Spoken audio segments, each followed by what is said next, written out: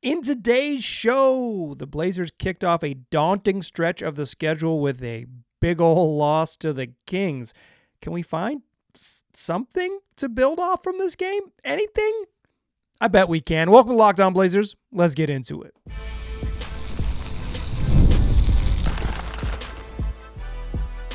You are Locked On Trailblazers, your daily Portland Trailblazers podcast, part of the Locked On Podcast Network.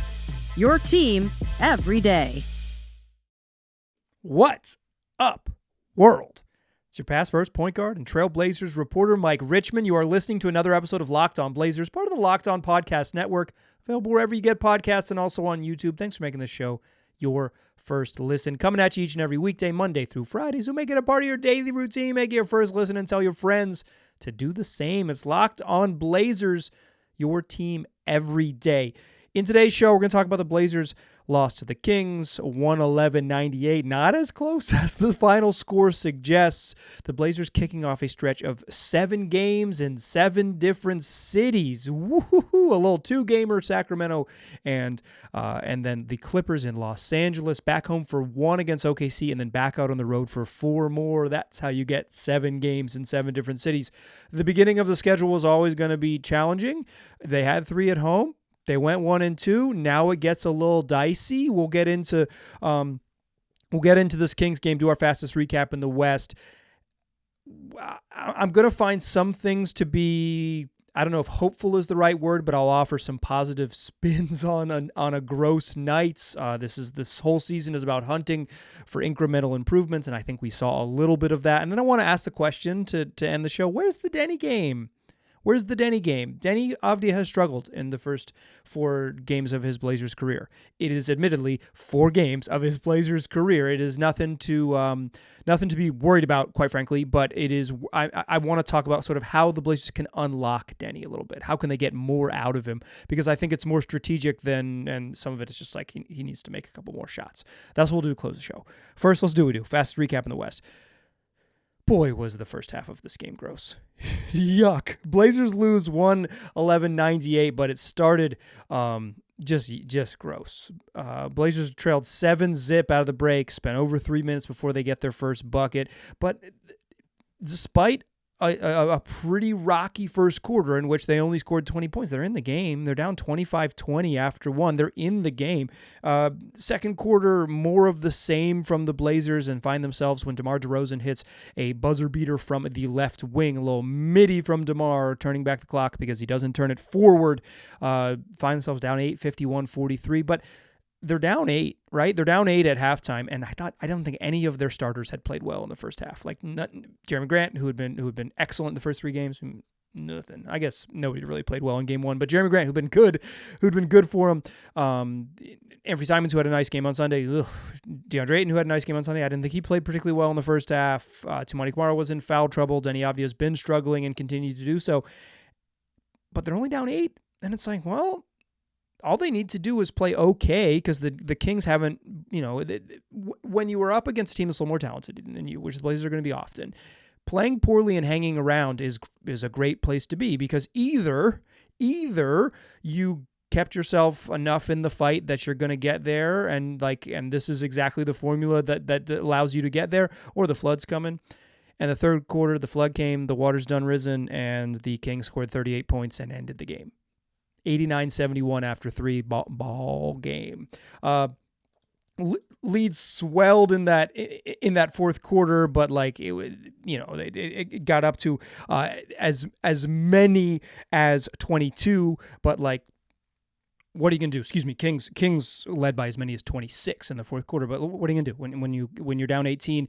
When this particular Portland Trailblazers team is down 18, they're probably not going to win many quarters by 19. So once they lost contact, it was over for them. Kings cruise in the fourth quarter, an extended stretch with mostly the bench unit in for the Blazers, although the Kings kept their starters in for about 9 full minutes into the fourth, a little over 9 minutes into the fourth.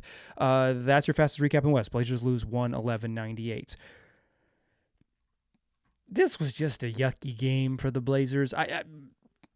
I think they're going to have a lot of these because they don't have enough shooting and they don't have enough guys who can create their own offense. So like when shots aren't falling and their creators aren't getting them into good stuff, it's going to be hard for them to hard for them to score with some regularity, but they shot 4 of 22 from 3.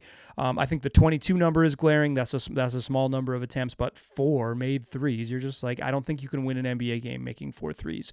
There were 34 free throws in the first half, though. Like, this game was gross, and the Blazers played poorly, but the first half, folks, viewers at home, we're being tortured by this. The first half was almost unwatchable. 34 free throws. Kings took 19. Blazers took 15. DeMar DeRozan took 10 in the first half. There was a story today in The Athletic from John Hollinger about how free throws are up about 22% year over year if you look at the free throw rate over the first week of the season compared to all of last season. But if you just look at the same stretch of last year, it's up about 21%, which is a huge jump in number of fouls called. Like, the league kind of allowed a little more physicality last year. They've lost track of the plot, and the game is worse for it. I know the trendy thing is to complain about threes. The 34 free throws was way worse than teams shooting 3-pointers, in my opinion. Blazers started the game 1 of 13 from 3 in the first half. Like I said, they played poorly, and the game was gross, and they were kind of in it, and then the third quarter ended the game. You're not good. Anthony Simons really struggled. I mentioned their lack of creators. He's mostly struggled to begin the season. We've had mostly bad Anthony Simons games. I thought he was good on Sunday, particularly late, kind of hit 2 threes to kind of really end it. And he was like 5 of 10 from 3. It's hard to say someone played poorly when they have that. And I thought he played better on defense in that game. But like 3 out of the 4 games so far, I think we've got kind of bad Ant games. 4 of 12 and 12 points. They just need him to be better. 3 of 12 for Jeremy Grant, who's really carried the load. Yuck. DeAndre Ayton was the only Blazer who could get the ball to go in, but he's like, you can't really run a bunch of crazy stuff through DeAndre Ayton. Like, even if he has it going, you can't, like, he's not like a crazy post up guy who's going to punish mismatches, but I thought he was pretty good in the post actually in this game. Made one of his trail jumpers to get the team going early in the game, trail like 17 footers to get the team going early. He was fine on offense, not particularly good. I don't think anyone played particularly well in the first half, and then the Kings just like kind of the deluge came in the third quarter. I don't want to sell you on this being a good game, or there's actually, if you look closely, there's a lot of good stuff. Like I don't that's not really my bag. that is not my bag, baby. I thought Jabari Walker had some nice energy minutes, particularly late when the game was kind of decided. Jabari continued to play hard, and you like to see that. But I think Scoot might have been the Blazers' best player in the first half. That did not really carry over. I don't think he had a very good second half, but I thought he had a really nice little boost in that second quarter. I want to talk a little bit about what Scoot is bringing and what we're kind of seeing, and the balance of how to handle the good Scoot stuff with what he still struggles with. Let's talk about that in the second segment. Join me there. First, though, let's talk Gametime. It's the app that's going to reward you for procrastinating. It's the number one place for last-minute tickets. What makes Gametime great is they got a bunch of features that are specifically targeted to make it easier for you to save money. So they got Gametime picks. That's really what they're working with. So the app's super clean, super easy. You pull it up, you search Portland Trail Blazers, you're looking at the Moda Center right there on your phone. Real quick, the venue's on your, like in 3 clicks or less, you're looking at a picture of the venue and all the seats that are available, all the tickets that are available. But you'll see the little Gametime picks highlighted. It's a logo with the Gametime logo on it. So they're curating deals for you so you can quickly see, if I want to sit close, this is the best deal. If I want to sit in the 200s, best deal. 300s, the best deal. If I want to sit in the end zones, they are curating selections throughout whatever venue you're looking at it to make it easier and faster for you to save money when you want to go to sporting events or concerts, comedy, theater, what have you. Plus, I like to toggle in all-in pricing, so when I do see the ticket prices, when I am looking at the venue, I know exactly what I get. Total upfront cost, no surprises at checkout. Take the guesswork out of buying tickets with Gametime. Download the Gametime app, create an account, and use the code LOCKEDONNBA for $20 off your first purchase. Terms apply. Again, create an account, use the redemption code LOCKEDONNBA. That's LOCKEDON NBA for $20 off. Download Gametime today. What time is it? Game time. All right. So I think in the first half, Scoot Henderson might have been the best Blazer on the floor. Was he like lights out great? No, not particularly. But when Scoot has been good this year, and he obviously struggled Sunday against the Pelicans, but when he has been good this year, he plays with a certain sort of balance and a energy, a sort of a rhythm and energy that the Blazers don't get anywhere else. There is no one who is bringing that to them other than Scoot, and there is value in that.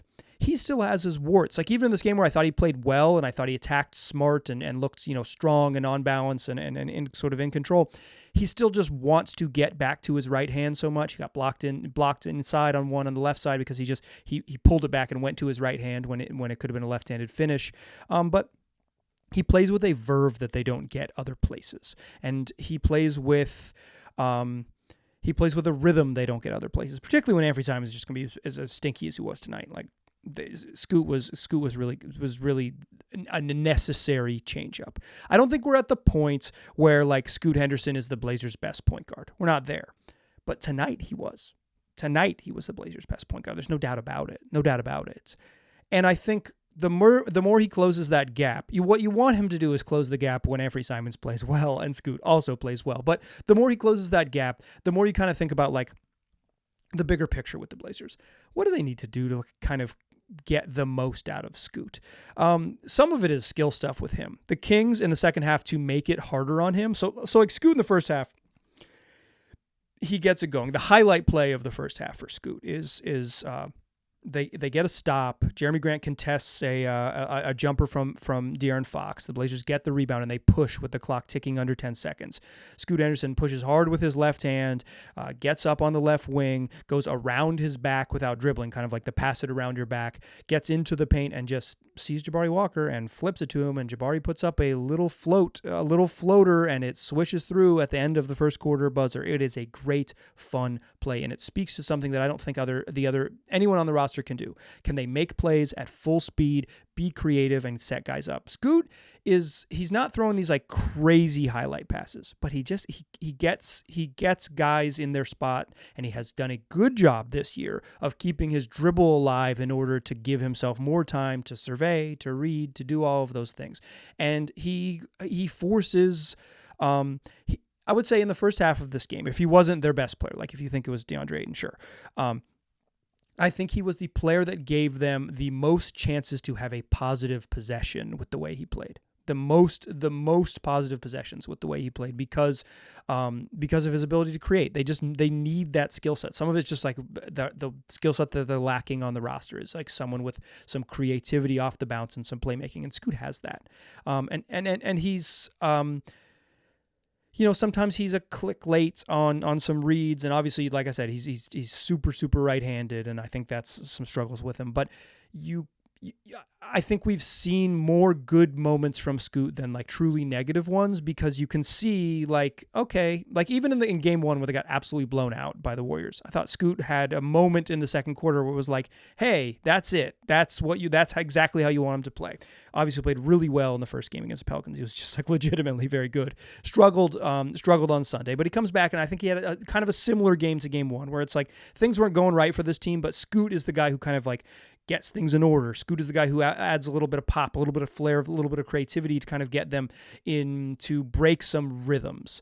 Some of this is just the Blazers offense remains a little bit vanilla, and the ball doesn't pop, and they don't have enough shooters for the ball to pop, because if you swing it around the perimeter and people aren't worried about shooters and they don't close out, then you just end up with kind of like, okay, we'll try again soon. In the second half, they went way under screens on Scoot, and I think that kind of challenged him a little bit. And that got me thinking like bigger picture with this stuff is when the Kings were like really, really going way under and saying, shoot it.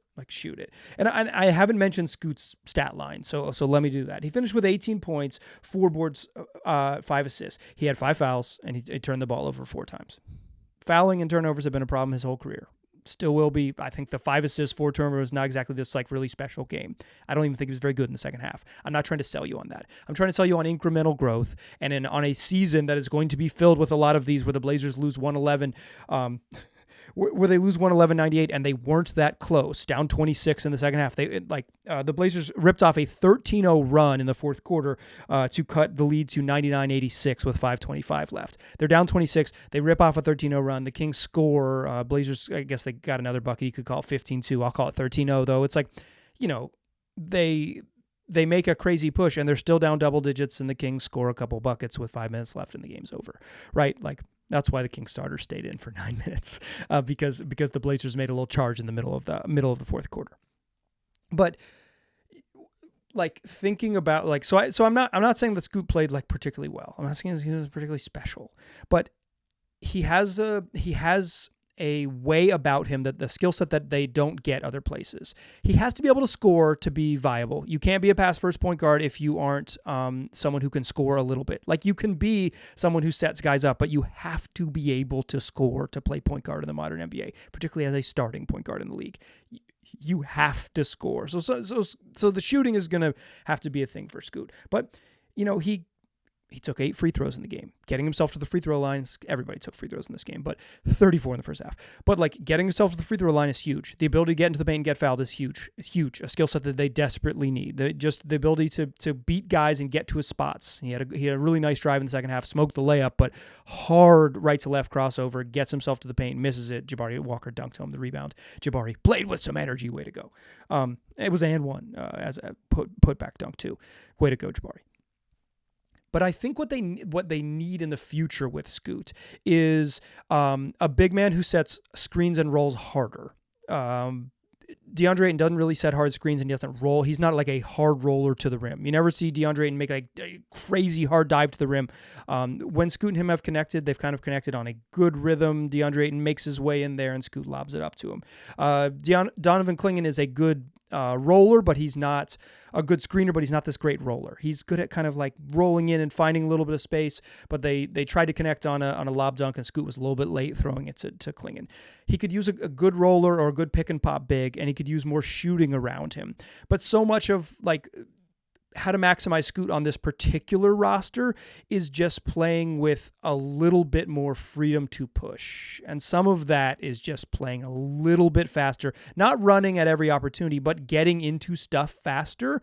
And I think it would be just in general, when he is going to share the floor with Anthony Simons, get those guys involved in some screener actions where it's not just like a ghost screen, but like truly have Scoot come set a physical screen and then roll and then have Scoot make a decision. Like real weird, creative, funky stuff, because Scoot is a weird, funky player right now, and I think being creative with how they use him is how you kind of unlock him.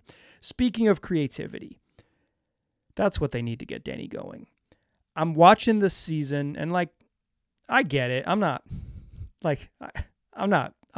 confused. I know there's going to be a lot of rocky nights. I'm in for it. I'm ready, baby. But I'm asking myself watching these games, when's the Deni game going to happen? Like, when's the Deni game going to happen? When is it going to be the game that you say, oh, him, that's why they went out and got him, because he does all that? We haven't seen it yet. Let's talk about Deni's rocky start to the season and how the Blazers can get more out of him and sort of the challenges of him and Scoot. The reality of like Scoot looks pretty good. They got to get the ball in his hands and let him, use his strengths. But like, can Deni coexist there? And what does that look like? Let's talk about some harsh truths of a roster that doesn't fit perfectly. Join me in the third segment. Still a pass first point guard. I'm still Mike Richmond, and you are still listening to Locked On Blazers. Deni Avdija to begin his Blazers career is 11 for 38 from the floor. That's not very good. He's 1 of 15 from 3. That's not very good. He's struggled. No doubt about it. You see some of Deni's value. And like, let me say this before I get too deep into it. I make content for the internet like 5 days a week in my home. The headline could be like, Deni is a bust, Blazers lose the trade, right? Like, but I don't I don't think that. I think Deni has showed some of his value already, right? I think the playmaking and the connective passing has been there, and I think there's some value there. I think he's been pretty good on defense and competitive on defense. I think he plays hard. You're not like, what? Where was he? Like he doesn't get lost necessarily out there, but they just haven't unlocked him at all on offense. The Deni game hasn't happened. In this one, 2 of 7 from the floor, 0 of 4 from 3, finished with 9 points, 4 boards, and an assist. Had 2 turnovers and 2 steals. But moreover, it's like, he took 4 threes and he missed them. I thought a couple of them were really good looks that he just missed, and he took 3 shots in the paint, made 2 of them. Missed one right at the rim, made the other 2. I think 7 in some ways is a notable number. He's only taken 7 shots. He didn't play a ton. He only played 25 minutes because he just didn't get back for his final shift, right? Like they were like, game's over. But that was unique to this one. I'm not worried about him playing in general. He didn't play at the end of that first Pelicans game, the only game that was a close down the stretch, because he was really struggling that night, and they went back to Scoot because they needed him. But I think the same way I'm thinking about how do you utilize Scoot? He could use a rim runner that kind of fits his skill set, and he could use some more shooting, but the Blazers aren't going to magically get more shooting, so maybe it's playing with a little more speed, and speed in the half court, getting into actions quickly and being creative about how you get into that stuff, I think could happen. But for Deni, I think one of the challenges is just the reality of Scoot Henderson. The only time Scoot looks like a good basketball player is when he's dribbling, surveying, screen, re-screen, drive the rim, circle back out, get space, attack the space that he would just left. He's got to probe and reprobe and glance here, look there, flash in. Scoot, to be effective right now, he needs to dribble a lot. And then that could be problematic in the future. And it might be problematic right now. But that is a reality of his game. And he's been at times the Blazers best sort of drinkster. He's been the best guy to kind of get the thing going. So I'm not saying get the ball out of his hands. And moreover, more than just the Scoot's been good, give him the ball. When you take the ball out of Scoot's hands, you shrink the floor even more. They're just going to cheat off him and make him shoot. Scoot made a 3 in tonight's game, 1 of 2 from 3, when he was off the ball and Anthony Simons was on the ball, and his man sagged all the way into the paint, and Ant just made the simple pass, and Scoot stepped right into it and hit it. But he's not going to bomb away from 3. He's not a good 3-point shooter. They're going to dare him to shoot. So giving Deni the ball when he shares the court with Scoot isn't ideal, because I do think Denny's probably best skill right now is having the ball in his hands and making decisions with the ball in his hands. I think the way to unlock Deni is to give him a lot more reps when the starters are on the court. So on-ball reps when the starters are on the court. So when Anthony Simons is on the court, and along with Jeremy Grant, 2 good shooters, let Deni run a bunch of pick and roll stuff with either Tumani screening and DeAndre Ayton also spaced, so you actually have true space on the court. They don't really do that, but they could. Or just let him run it with DA. I think right now the Blazers haven't got to the point where they're let's stick DeAndre Ayton in the weak side corner and run a pick and roll with Tumani Kamara and see if we can play a true spread out offense. They're just not doing that yet. They run some pick and roll stuff, but not quite like that. They're not comfortable with that, and they may never be. I would give that a shot though if I'm them. Deni with Tumani screening, or even Deni with DA's man screening, but spread out around Simons and Jeremy Grant. I think the best plays we've seen from Deni this season is just making decisions off those pick and roll actions with real shooters around. And not even assists necessarily for Deni, but they're connective passes. They're the pass that leads to the pass, or they're the pass that leads to a rotation that leads to 2 passes that gets you the bucket. Him as a connective passer, that works. But I don't think you can give him a ton of on-ball reps when Scoot's on the court, because I think that it zaps some of Scoot's effectiveness, and also it's going to make it harder on Deni. He's going to have half-court struggles. That's kind of been the knock on him, is that he doesn't have a great mid-range game, doesn't have a left hand, and he's not a hyper-efficient half-court scorer. And I think we've seen that a little bit, and the Blazers have got bogged down with it. But I think giving him reps when you actually have shooters on the court with him, when he plays with that starting group, I think that's the way to maximize Deni. I think that's the path forward. And some of this, like thinking about when's the Deni game, it's just whenever he makes a shot. Like he's 1 of 15 from 3 and he's getting good looks. At some point he's going to make a couple, several. And then if he starts making stuff, he gets guarded differently and it's going to change. It's going to change the whole feel for him. Some of this just as simple as like, it's 4 games. And I think Matt Moore, host of Locked On Nuggets, had a good point about this. It's like when someone struggles to begin the season, you'll say he's been bad in every game this year, which is true, right? Like it's like if they've struggled in every game, that's all the games that have been this season. But if you think about it, like, would you freak out the same way if this was just like a week in February, or would you say like long season, bad week? You know, like, oh, okay. And I think that's kind of what I'm feeling about Deni right now. Long season, bad week. Okay. Get to next week. But I think the Blazers utilizing him, giving him more responsibility with the starting group, more on-ball responsibility with the starting group is probably the best way to maximize him on half-court offense right now. Is Anthony Simons comfortable with that? I think he's not going to freak out about it. He wants a little bit of on-ball opportunity, and starting with Deni on the ball doesn't mean that Anthony Simons never gets to touch it. It's a little bit different. I think Ant can be a totally comfortable off-ball scorer. I think that's totally fine for him. I don't think that's like an ego issue necessarily. I think perhaps the challenge is when Scoot's going to play a lot. He seems to be coming in and playing from like about like a 13 or 14 minute stretch, halfway through the second or through the first, till more than the halfway mark of the second quarter. Like he's playing a long first half stretch to get his shifts in. How you fit Deni and Scoot together will be interesting. Maybe Deni can be a roller.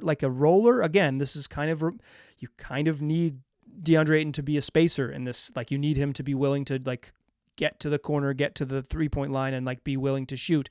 I don't think you can run those types of actions with Klingon. I don't think you can run a Deni Scoot pick and roll with Klingon on the court. It's just too crowded. And that's kind of the way this is going to work with all this stuff. The roster is the roster.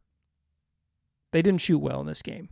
They're not a good shooting team. There's not a magical way to get more shooters on the courts. So they're limited half-court ball handlers, who we talked about in today's show. Scoot Henderson, he's not a very good half-court player, but he's better with the ball in his hands. And Deni, not a very good half-court player, but better with the ball in his hands. You kind of have to get creative with where their opportunities come from and what their sort of 2-man action pairings look like. Begging for the Blazers to become a super creative offensive team is, I know what I'm asking for, right? It's probably not going to happen. But I think a little more creativity and a little more comfort as we get into the season. There's 78 more of these things, including Wednesday night. The Blazers played the Clippers at Intuit Dome, their first taste of the wall out there in West LA. Then they're back Friday against OKC. That's what we do 5 days a week. Wherever we get podcasts, we'll cover it all. We're wherever you get podcasts. We're on YouTube. Tell your friends about the program. I appreciate you listening. I'll talk to you soon.